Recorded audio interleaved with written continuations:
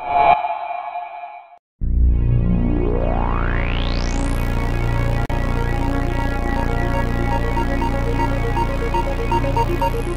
friends, you're watching the Mobile Indian, and today we are going to demystify 5G. And who better than Rajan Mathew, Director General, COI. Hi Rajan, welcome to the show. Thank you. So Rajan, COI is organizing Indian Mobile Congress, and the focus is 5G. For a common man, if he wants to understand or demystify 5G, what are the processes involved before a common man actually start getting 5G services? So first of all, we need to understand that technology is not going to stop for anybody.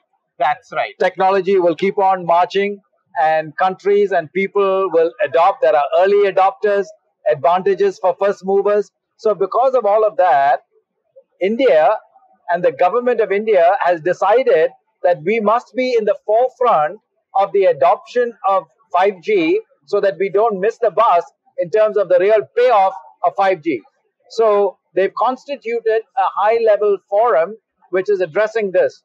Now you'll understand that any new technology will require preparation. That's right. So let me explain what the preparation process. So we start with the step number one, that's preparation. And then we'll talk about how does the consumer benefit from what would be the end result of adoption of 5G. Okay. So one of the areas that we have to earlier on understand is that in telecom, standards are everything. Because you need to have interoperability among carriers and operators, and you need to have backward, forward integration between your 4G and 5G and all the successive generations. So the only way you do that is through the adoption of standards. There are multiple standard setting bodies all over the world. Right. All right. 3GPP is a key standard setting body. IEEE, another key body that is there. ITU, that deals with spectrum issues.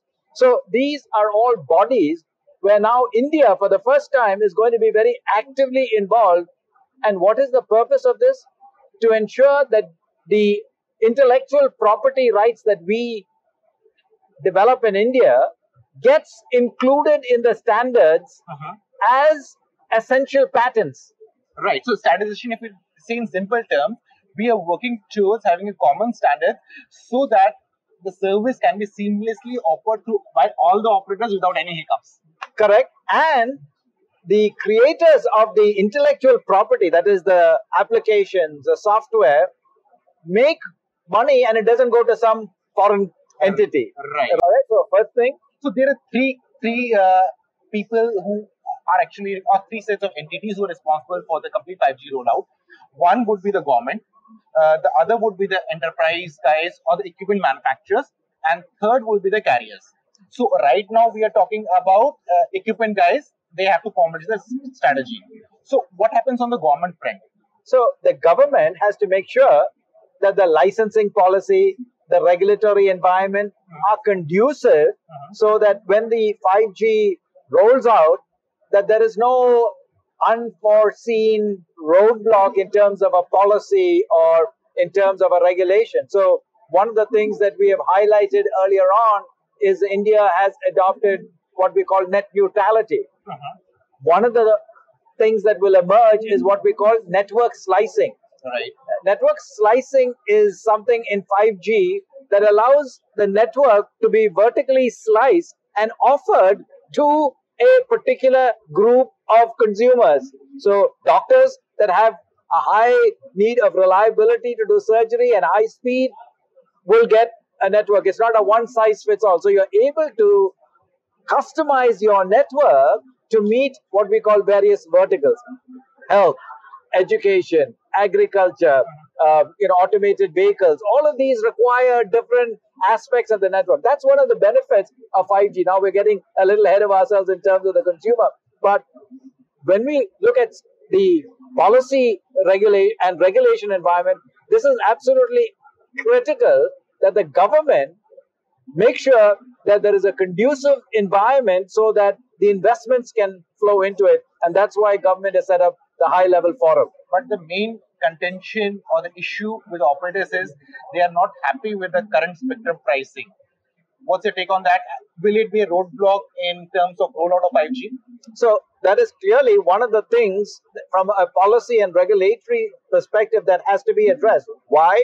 Because the old paradigm of pricing that we have in India, which is linked to auctions, will no longer hold in the new environment. And again, ask the question why? Because operators in 5G will be moving to higher and higher bands and will require anywhere from 100 megahertz of spectrum to 600 megahertz of spectrum to offer 5G services. Right. So, therefore, the government has constituted a high-level committee to study global best practices, looking at pricing models, looking at how auctions should behave in this type of an environment. But India is a totally different market. If you look at the global cities also, India is a huge population as compared to any other country, one of the fastest growing telecom market. So do you think like international best practices can be used in India?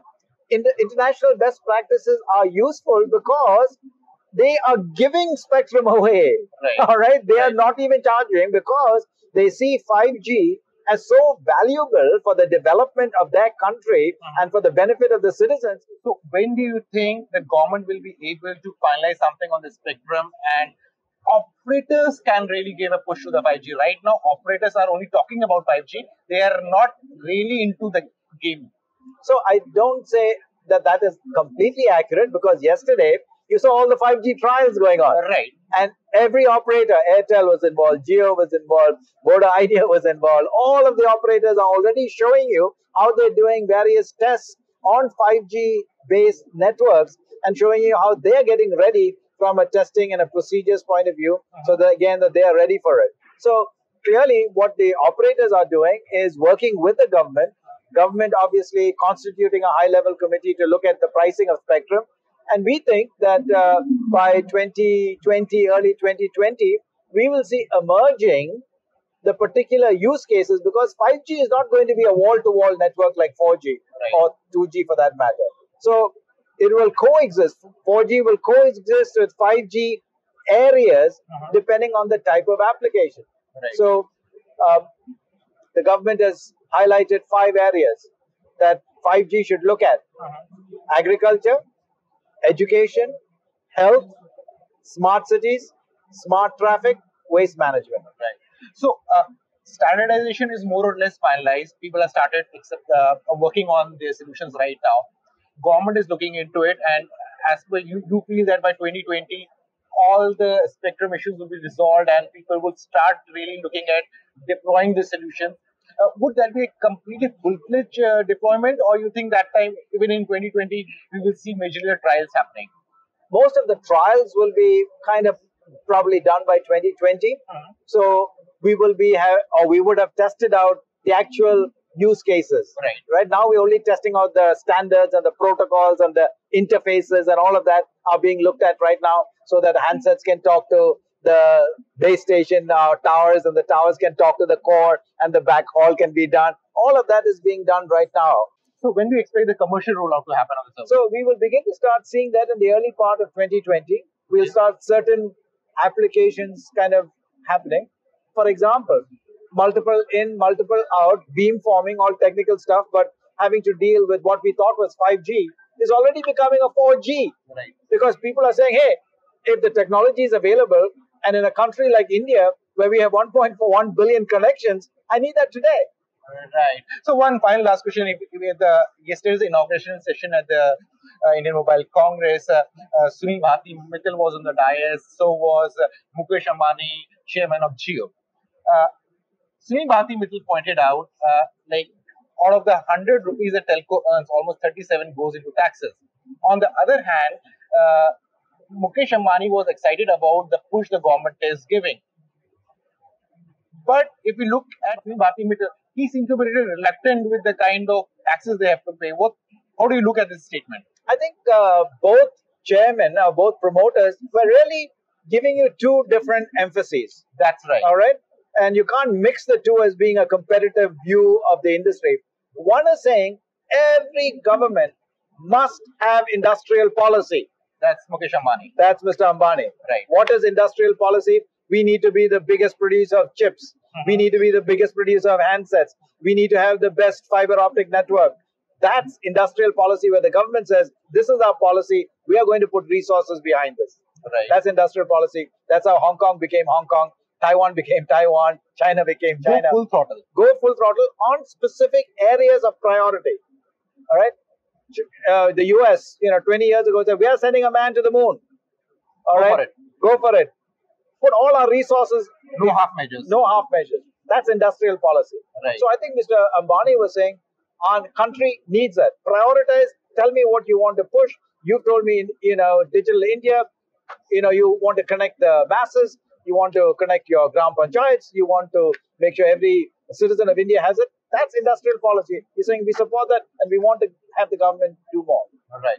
Sunil Bharati Mittal is giving you a picture that says today, if you want all of this and we have to invest in all of this, our financial picture is not all that rosy. Why?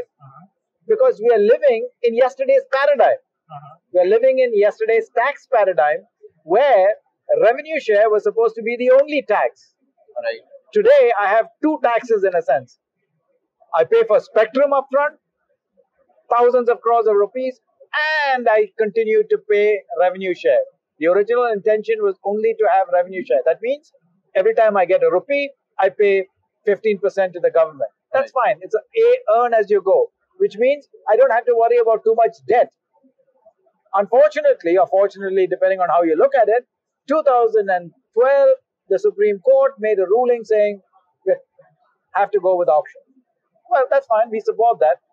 However, when you go into an auction and you pay for your spectrum upfront, there is no particular need of the government to continue to take 37 paisa from every rupee I earn. I've already paid for the spectrum upfront. That is what you're selling me as a licensor. Great. So we have to look forward to what the government sees and how the government reacts to the statement of both the stalwarts of the industry and how. And I think the one good thing that we've seen, the government, both our Honorable Prime Minister as well as our own Minister, are completely in sync. Obviously, there is a timing issue. You can't do everything at the same time. Current account deficit is there, oil is rising, and there are so there are priorities in any government. Like in any household, you would like to spend for 100 things, but you can only spend on maybe 10 or 15 things at a time. So I think there is a timing issue. We are encouraging the government to prioritize. That's what Mr. Ambani is saying. Prioritize what you want. If you prioritize, then this will become an important area as opposed to trying to subsidize something else.